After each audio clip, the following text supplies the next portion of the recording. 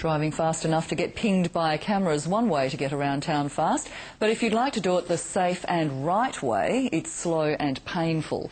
The daily gridlock on our highways and freeways is getting worse. So what is the best way to move from A to B?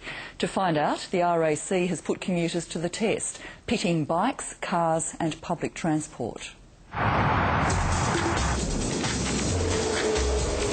tend to use the car, most people do. It's convenient, it's easy.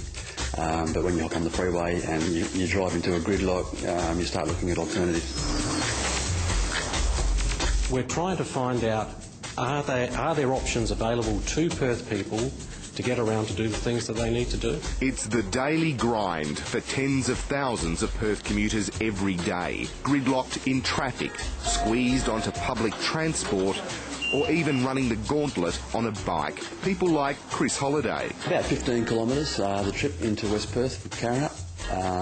I've got the choice of driving on the freeway, driving along back roads, getting on public transport or ride the bike. But which way is the best, the fastest, the easiest? The RAC has put commuters to the test to find out. Matt Brown from the RAC. Is it the car? Is it the bicycle? Is it pedestrian? Or is it public transport? 3 routes were chosen to put commuting to the test. From Karrinyup to West Perth, from South Perth to Melville, and Brentwood to West Perth.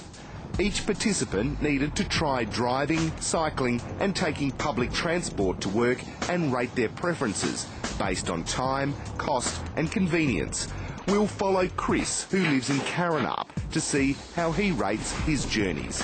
First, by car. Headed for the freeway about 7:30, same time. Easy to get down North Beach Road onto the freeway at Balcatta at Erindale Road, and then pretty much you drive into a car park, which is called the Mitchell Freeway. The trip to work by car took Chris 35 minutes.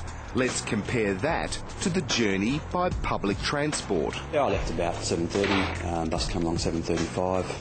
Was at Stirling Station around about 8 o'clock, so it was about 25 minutes after I got on the bus. Train came along pretty quickly, about 8:05, into town by about 20 past and a 10-minute walk. All up on public transport, it took Chris an hour to get to work. Almost double the journey time of the car, but at half the cost. Well, it's obviously cheap compared to driving your car.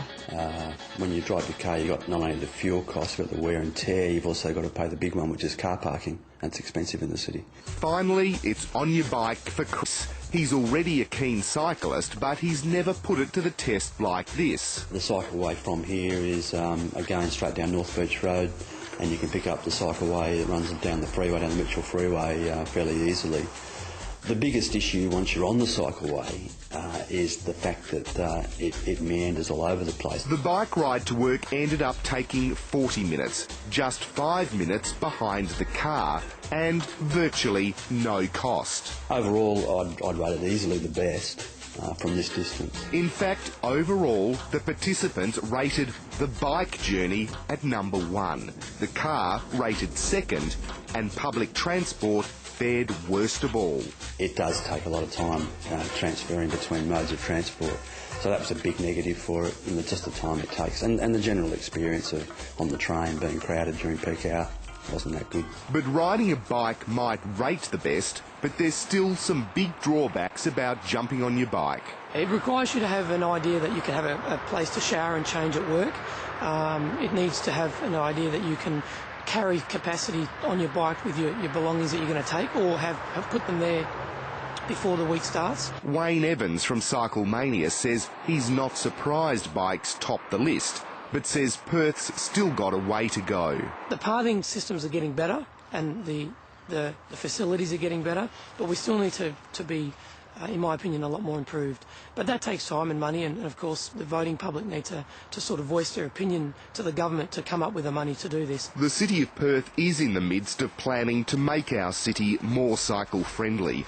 It's set up an online survey to gather information from cyclists and non-cyclists alike. One of the big issues on safety with the bikes is this very bad combination of bikes and traffic. They just don't mix. While the result is good news for cycle enthusiasts, and it might just prompt others to give it a go, the reality is biking to work just doesn't work for everyone.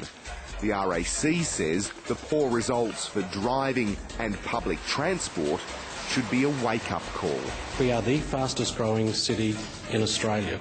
The resources boom is only going to add to that.